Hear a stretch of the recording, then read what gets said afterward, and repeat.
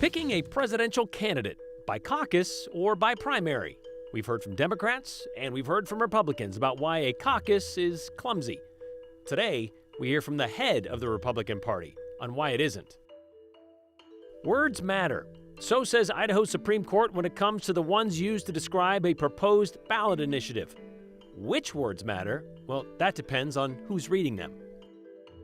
April showers, okay. But what about August showers, like the meteor variety? The best views of what you saw during this weekend's peak Perseid. What we're hearing from our constituents is there a way for you to help to make sure that all of the voices of the constituents that are registered Republicans are heard? Well, apparently that way is what is scheduled for next March in Idaho. Hope you like getting together in large groups of people and deciding who's going to be president. Sorry if you're an introvert. A glitch in a new Idaho law unintentionally left no path for a March or May primary or presidential primary election. So, well, a caucus must be held. And there are ways out of this. There was at least one way that didn't make it through the legislative session.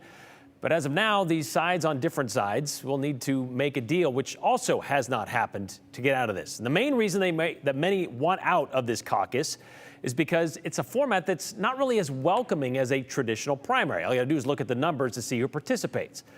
But this decision is left up to the state's Central Committee, and we're hearing from them today. So the questions that we have for them and the party chair, Dorothy Moon, answers for this, I should say, we should turn to Joe Paris, who hopefully has the answers to this that he heard from the party chair. Yes. All right, Brian. We reached out to Dorothy Moon last week when we originally talked about this issue, and she got back to us on Friday. So the caveat heading into this report is that lawmakers are still working through possible legislative options to address the presidential primary. So everything we're still talking about is an active situation. Clock is ticking, though. The national GOP has an October deadline to get paperwork and operations plans submitted. So a highlighted fact in this situation, lawmakers and the Idaho GOP leaders, the state Central Committee, they operate in different spheres, and this is highlighted by a main point of contention. Idaho lawmakers passed and Governor Little signed a law that combines the March and May election dates into May, and by doing this, it generated about $3 million in taxpayer savings, so you only have to have one election. So House Bill 138 accomplished all this past legislative session. The Idaho GOP did not like the move in principle because they wanted to hold a caucus earlier in the primary cycle to generate more national attention to Idaho. May primary was a potential option, but party chair Dorothy Moon wanted to see a vote earlier, as early as February at one point. But for now, the Idaho GOP says that they will hold a March caucus unless lawmakers overturn House Bill 138, restoring the March election date.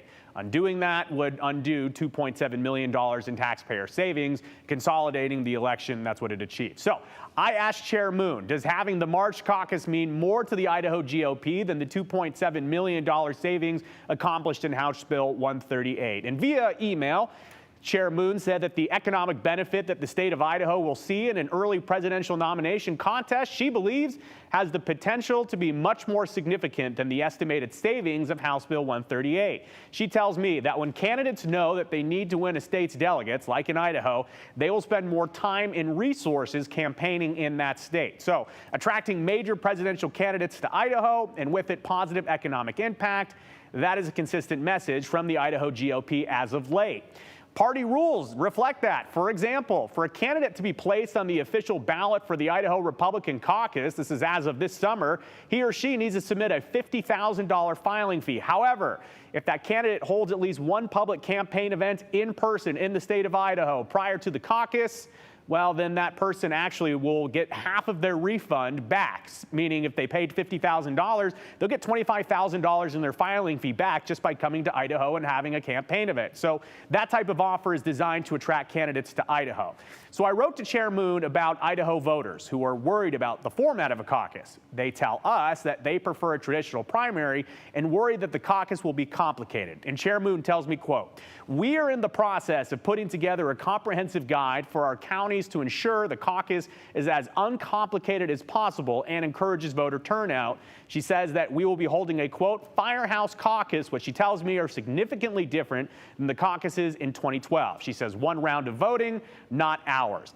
And Chair Moon even included a new website that the Idaho Republican Party has. It's the Idaho Republican Caucus here, and you can go onto their FAQ page and you can scan through all this and you can kind of read the ins and outs, the questions that you may have. The Idaho Republican Party has their answer. So Moon adds to me in response to the format criticism that, quote, a firehouse caucus is one of the most straightforward ways for a political party to pick a party nominee, run and funded by the party and not the state. And finally, to cap all this up, I asked about practical challenges that Idahoans could have with going to a caucus. One-time event, active duty military, or someone who's ill that day, they'd have to miss it.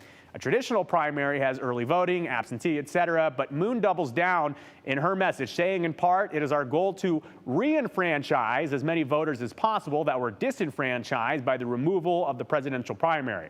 Again, Brian, the final solution to all of this of getting a primary back in March would be repealing House Bill 138, undoing the tax savings, and then going from there. So again, you have two sides that are categorically on very different sides of what they want. Lawmakers want to keep the savings that they generated for the most part because of House Bill 138. On the other side of the aisle, you have the Idaho GOP State Central Committee that says if we want to do a primary, we want to do it early in the year. If we can't do a primary, then we'll just do the caucus at the beginning of the year. So I'm told in terms of the legislative solution, they're still working through potential paths forward, what that looks like right now.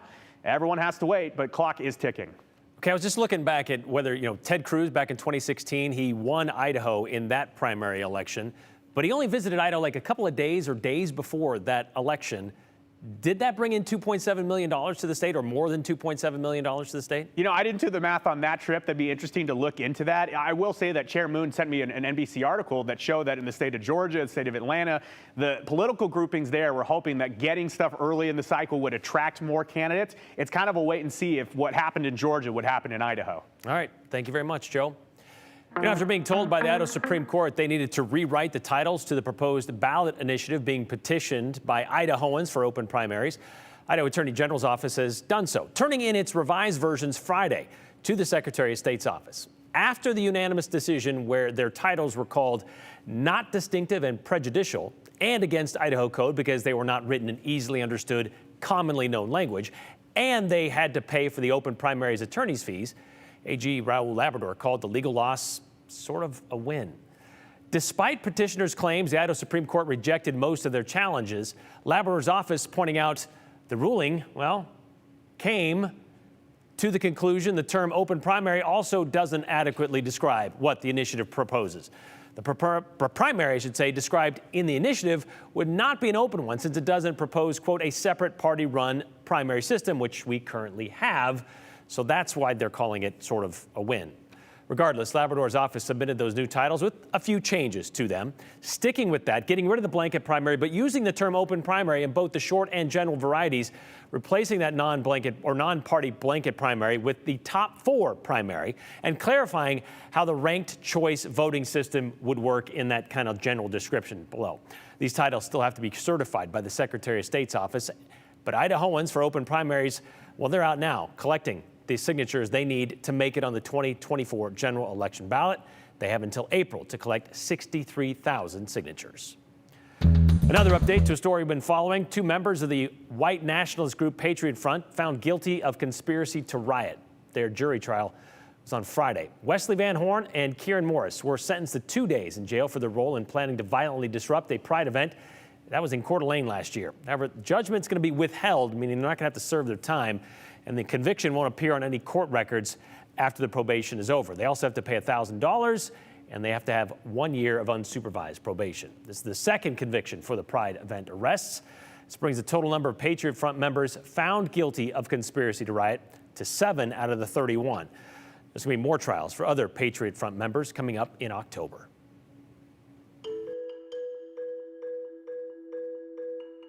Okay, let's see. What else happened while we were gone? Oh, anti-government activist Ammon Bundy was sued again. Then he was arrested and released. And there were some new additions to Boise's oldest city park. All right, what's your 411? Tell it to us by texting us at the number on your screen, 208-321-5614. Don't forget to include your name and the hashtag, the 208. And keep them short and sweet, and we'll share yours at the end of the show. Well, at least short.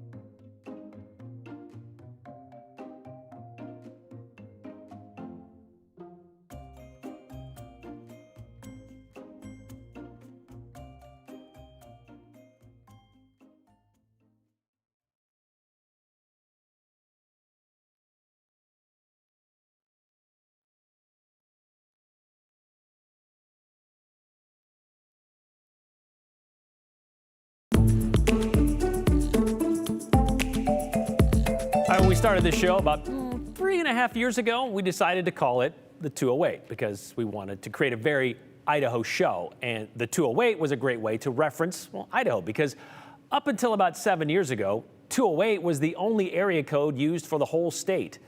So we just kind of went with the theme. You know, any recent update to a story, we call it a callback. Any story we pull from the KTVB archive, we call it a redial. A story from Eastern Oregon, by the way, that we refer to as the 541. We started doing something new last week, and that prompted this text message from Jan, who asked, "What's the 411? I've seen it 2 different days. I don't know what you're talking about." Well, Jan, it's another phone reference, and it dates back to the days before Google, before cell phones. Let's say you were looking for a phone number for someone and you didn't have a phone book that you could just pick up. Well, you'd pick up the old rotary or touch dial phone, preferably the AT&T cordless, and you dial 411 for information. And they would tell you the name, or the number, I should say, which is what we're hoping to give you, some information. So here's some information, the 411.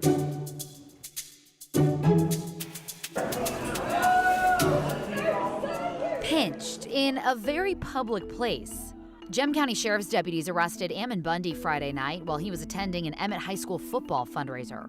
Deputies finally served the civil arrest warrant for a contempt charge out of Ada County. However, Bundy wasn't in jail too long. Gem County jail staff confirmed Bundy bonded out of jail early Sunday morning. Next up for Bundy is an Ada County court date, which hasn't been set yet. His legal problems keep piling up. Last week, he was served with another lawsuit from the St. Luke's Health System attorneys.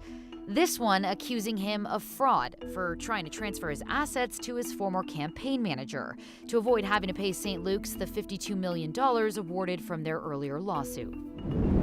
Rory and Sarah left us way sooner than we were expecting. We just decided we were going to turn this around and continue to follow the dream that he had. Last October, before Rory and Sarah Meehan were murdered, they were raising money for a new skate park in New Meadows. On Friday, the community broke ground on that skate park, which will be known as the Meehan Memorial Skate Park. $410,000 has already been raised to build it, but they still need about $100,000 more. If they get it by the fall, the skate park could open next summer. Meanwhile, the man who killed Rory and Sarah, 29-year-old John Cody Hart, recently agreed to a plea deal for their murders in exchange for not facing the death penalty. Now to wildfire news. The Elkhorn fire is burning northeast of McCall, nearly 26,000 acres. The fire started back on July 24th, but we still don't know how it started. More than 250 people are fighting that fire. The next largest fire burning in Idaho is the Hayden Fire. That's south of the town of Salmon. It's burned more than 24,000 acres. That fire started back on July 19th. We don't know what started this fire either. Nearly 275 people are working on it. Early voting for school bonds and levies is officially underway in several Idaho counties. Jerome, Canyon, and Twin Falls are 3 of the 11 counties with a decision on school funding to make. Not all of them offer early voting, but Election Day is August 29th. You can find out what's on your ballot at voteidaho.org. You can also register to vote at the polls.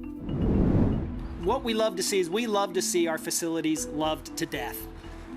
It does create maintenance issues. Julia Davis is one of those parks that gets loved to death. And now there will be more to love. Today, the city celebrated the completion of the East End improvements for the city's oldest park. There's now a wider green belt along the park. They're getting new lights along the path and a new celebration pavilion. One more place to love to death, but also to enjoy living in Boise. And that's the 411 on the 208. I'm Morgan Romero.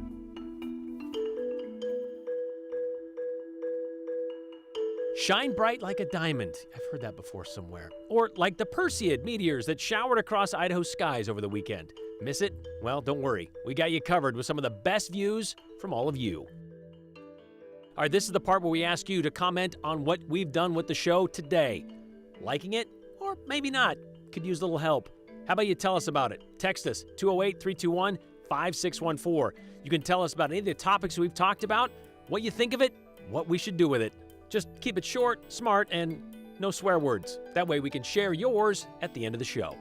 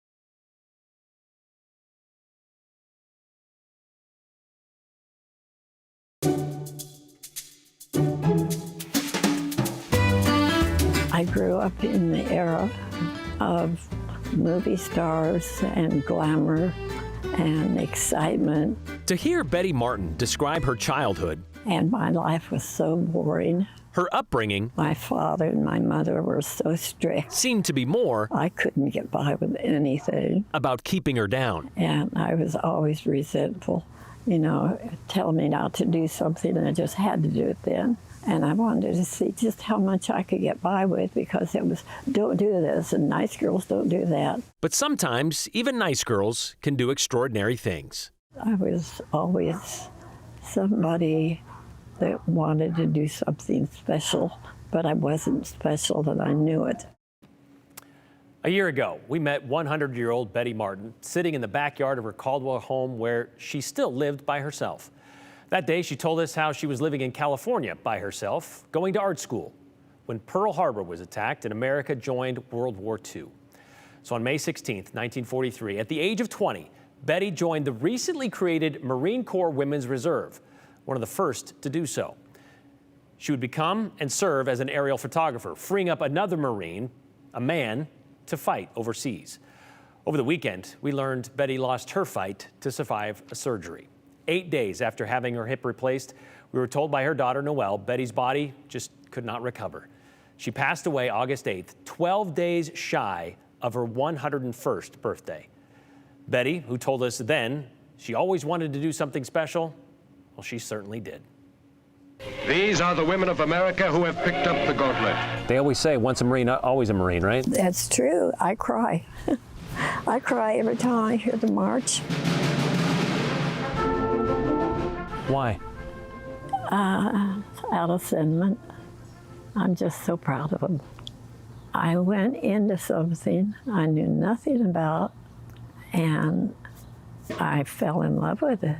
It is something that will always mean something bigger than I am. You feel like you're really something special. I don't think I'll ever get over it.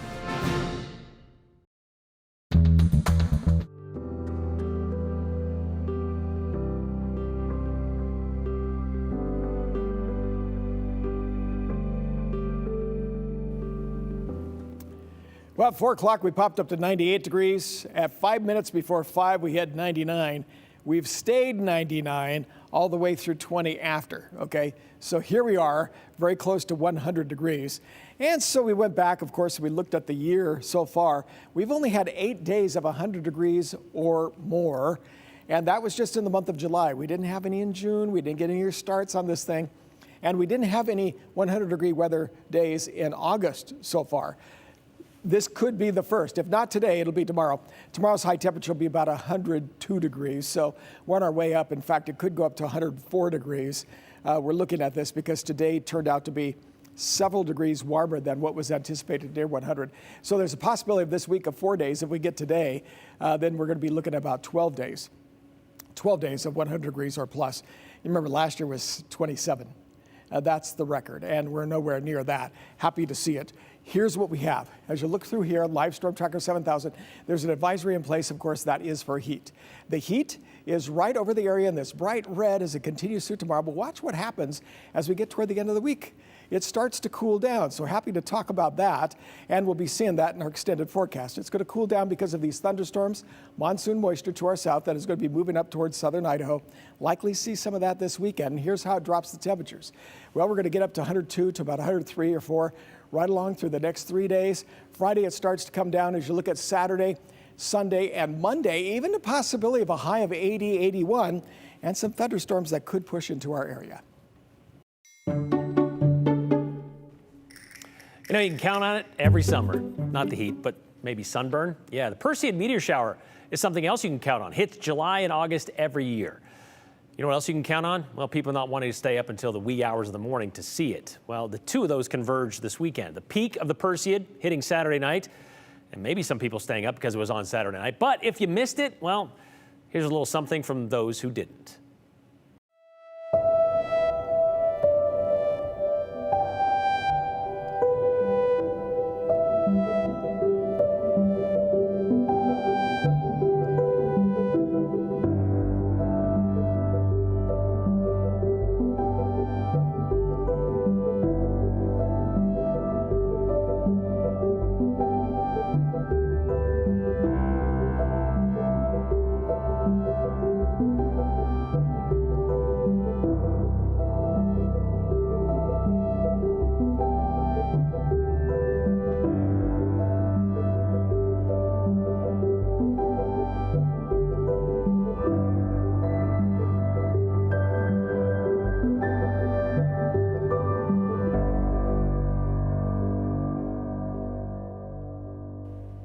That's a good one there. All right, you know what causes the Perseid meteor shower? It's the Earth passing through debris of the comet Swift-Tuttle.